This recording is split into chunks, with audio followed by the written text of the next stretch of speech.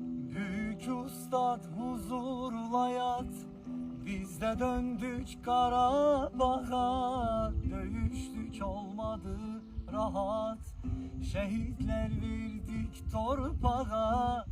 İndi bütün dünya bilir, Karabağ Şuşa bizimdir. Şehitlerse tapşırılıp Yaradan uca Allah'a. Unutmayın dünya fani, veren Allah alır canı.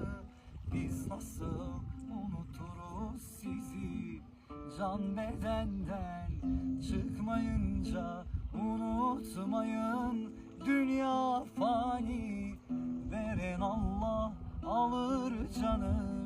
Biz nasıl unuturuz sizi,